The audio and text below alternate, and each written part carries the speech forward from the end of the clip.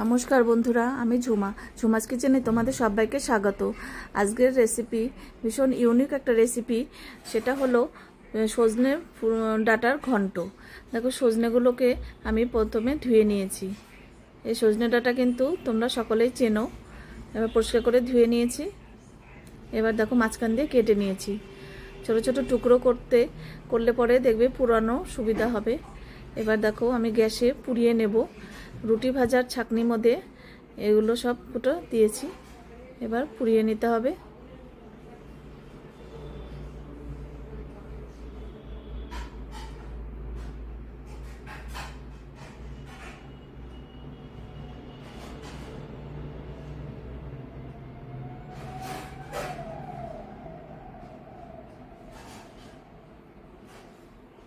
দেখো, পুড়িয়ে নেওয়া হয়ে গেছে। এবার ওপরটা কিন্তু কালো হয়ে গেছে, কিন্তু ভেতরটা কিন্তু পুড়ে যাবে না। সজনে ডাঁটার ওপরের অংশটা কিন্তু ভীষণ শক্ত।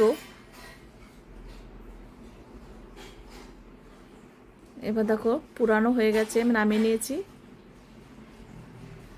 দেখো, ভেতরটা কিন্তু একদম পুড়ে যায়নি, পরিষ্কার একদম। এবার দেখো, একটা চামচের সাহায্যে আমি ওই শাঁসগুলোকে বের করে নেব। একদম ইউনিক একটা রেসিপি। তোমাদের যদি ভালো লাগে অবশ্যই একবার হলেও ট্রাই করো। আর তোমরা যদি এই ফেসবুক থেকে দেখো তাহলে কিন্তু পেজটাকে ফলো করো, আর ইউটিউব থেকে দেখলে সাবস্ক্রাইব করে দিও। তাহলে আমি যখনই যা নিত্য নতুন ভিডিও ছাড়বো তোমাদের কাছে সঙ্গে সঙ্গে পৌঁছে যাবে। এবার দেখো, আমার শাঁস বের করা হয়ে গেছে। এবার অল্প সরষের তেল দিয়ে দিলাম ফ্রাই প্যানে। এবার অল্প জিরেটা গরম করে নেব।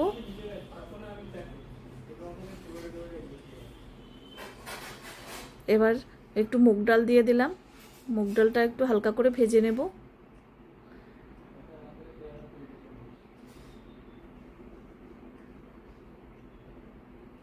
সজনে ডাঁটা ঘন্টই বলতে পারো তোমরা। এটা মুগ ডাল দিয়ে সাধারণত ঘন্টই কিন্তু আমরা তৈরি করি।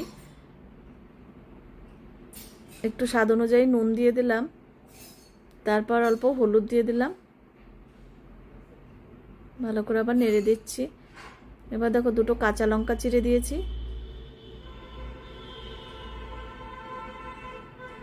দেখো, অনেকটা কিন্তু হয়ে এসছে। এবার আর একটু চিনি দিয়ে দিলাম, অল্প একটু মিষ্টি মিষ্টি হলে দেখবে ভালো লাগবে। তোমাদের যদি রেসিপি ভালো লাগে একবার হলেও কিন্তু ট্রাই করো। দেখো, ভীষণ একটা সুন্দর একটা রেসিপি, খুবই নতুনত্ব রেসিপিটা। এবার দেখো, একটা থালায় আমি সার্ভ করে দিলাম। কত সুন্দর হয়েছে দেখো দেখতে, খেতে তো অসাধারণ হবেই।